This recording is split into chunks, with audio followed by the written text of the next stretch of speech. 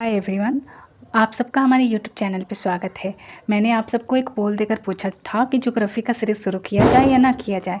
आप सब में बहुत सारे ऐसे लोग थे जिन्होंने बोला कि यस किया जाए, और यहाँ बोलने वालों की संख्या ज़्यादा थी, इसलिए मैंने ज्योग्राफी सीरीज शुरू किया है। इस ज्योग्राफी सीरीज को पढ़ने के बाद आपका नंबर इंक्रीज होगा ज्योग्राफी में, एक भी नंबर कटने वाला नहीं है, क्योंकि हम यहाँ पे मैपिंग के थ्रू पढ़ने वाले हैं और बहुत डिटेल में मैं पढ़ाने वाली हूँ आप सबको। आज का हमारा टॉपिक है भारत की स्थिति और विस्तार। इसमें हम बहुत अच्छे से जानने वाले हैं कि भारत के कुल क्षेत्रफल कितना है, विश्व के दृष्टि से अगर देखा जाए तब कितना है। ठीक है, आइए शुरू करते हैं।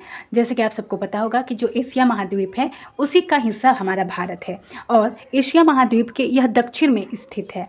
क्षेत्रफल के दृष्टि से अगर देखा जाए तो भारत का एरिया है 32,87,263 किलोमीटर स्क्वायर। ठीक है, विश्व की दृष्टि से देखा जाए तो भारत का एरिया 2.4% है।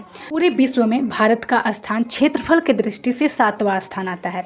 अब हम यहाँ पे जानेंगे 7वें स्थान से पहले जो 6 अन्य देश आते हैं उनके बारे में। जैसे पहले स्थान पे सबसे विश्व में सबसे बड़ा पूछा जाए क्षेत्रफल के दृष्टि से देश तो रूस है, देन कनाडा आता है, चीन, अमेरिका, ब्राज़ील, ऑस्ट्रेलिया, फिर आता है भारत। ठीक है, अब हम यहाँ पे आपको मैपिंग के थ्रू समझाते हैं भारत की स्थिति और विस्तार।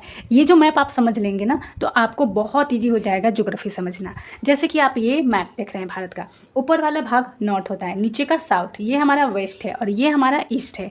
ठीक है, इतना तो आपको समझ में आ गया होगा।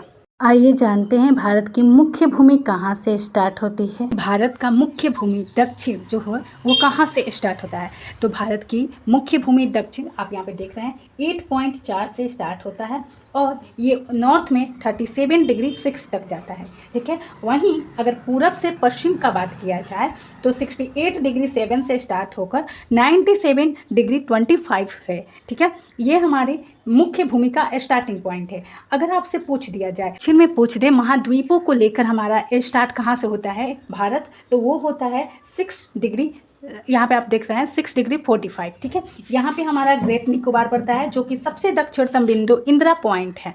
अगर आपसे पूछे सबसे दक्षिणतम बिंदु तो इंदिरा पॉइंट आएगा। और ये जो साउथ वाला है ना, जो मैंने आपको बताया कन्याकुमारी तमिलनाडु, ये हमारे मुख्य भूमि है, ये भूमि से है और ये महाद्वीपों को लेकर है। आई होप आपको कन्फर्म हो गया होगा कि कहाँ से मैंने बोला है।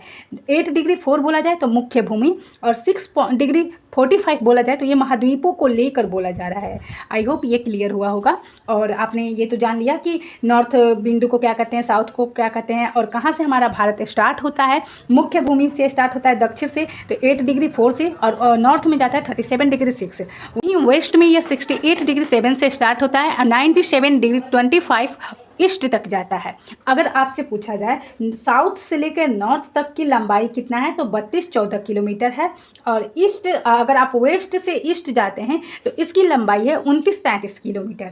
ये सारा आपको क्लियर हो गया हो तो एक बार कमेंट में ज़रूर मेरे को बताइएगा कि आपको ये मैप वाला क्लियर हो गया है। अगर आपको ये क्लियर नहीं हुआ होगा तो मैं एक बार फिर से शॉर्ट वीडियो में आपको समझाऊंगी। जो मैंने अभी आपको मैप से पढ़ाया उसी को मैंने यहाँ पे थ्योरी में लिख दिया है, यानी आपको लिख कर दिया है। भारत का अक्षांशीय एवं देशांतरीय दृष्टि से क्रमशः उत्तरी गोलार्ध और पूर्वी गोलार्ध में स्थित है।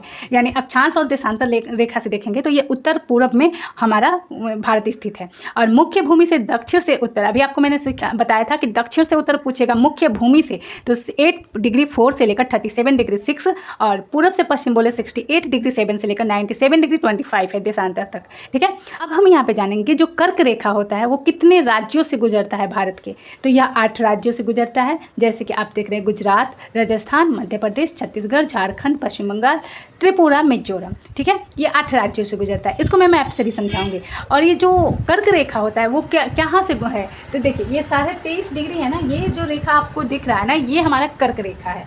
यही रेखा गुजरा है तो देखिए यहाँ पे गुजरात पड़ रहा है, मध्य प्रदेश पड़ रहा है, छत्तीसगढ़ से थोड़ा लग रहा है, झारखंड से लग रहा है, और उसके बाद यहाँ पे मिजोरम से लग रहा है, यहाँ पे देख रहे हैं आप, त्रिपुरा से यहाँ पे लग रहा है, छत्तीसगढ़ से लग रहा है, झारखंड, पश्चिम बंगाल से यहाँ पे लग रहा है। तो ये सारे हमारे क्या हैं, राज्य हैं जिनसे कर्क रेखा होकर गुजरता है। आई होप आपको ये क्लियर हुआ होगा।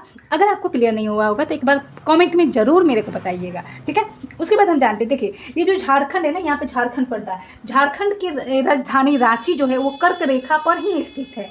अगर आपसे पूछे कर्क रेखा की सबसे अधिक लंबाई कहाँ पे है, तो देखिए यहाँ पे मध्य प्रदेश में है। आपको दिख रहा होगा कि मध्य प्रदेश में सबसे अधिक है। और सबसे कम पूछे तो देखिए यहाँ पे राजस्थान में थोड़ा सा यहाँ पे टच किया हुआ है। तो कर्क रेखा की सबसे कम कम लंबाई, राजस्थान में सबसे ज़्यादा, मध्य प्रदेश में। कर्क रेखा जो होता है हमारे भारत को नॉर्थ और साउथ में बांटता है। जैसे ऊपर वाला नॉर्थ होता है, नीचे वाला साउथ होता है। मैंने आपको बताया, देखिए 2 भागों में बांट दिया है। और नॉर्थ ईस्ट, अगर पूछे आपको कि नॉर्थ ईस्ट के कितने राज्यों से कर्क रेखा गुजरती है, तो कर्क रेखा नॉर्थ ईस्ट के 2 राज्यों से गुजरती है, वो है त्रिपुरा और ये मिजोरम। आई होप आपको ये कर्क रेखा वाला पूरे अच्छे से समझ में आया होगा। अगर समझ में ना आया हो, यहाँ पे मैंने लिखकर भी वही बात दिया है, आपको समझाया है।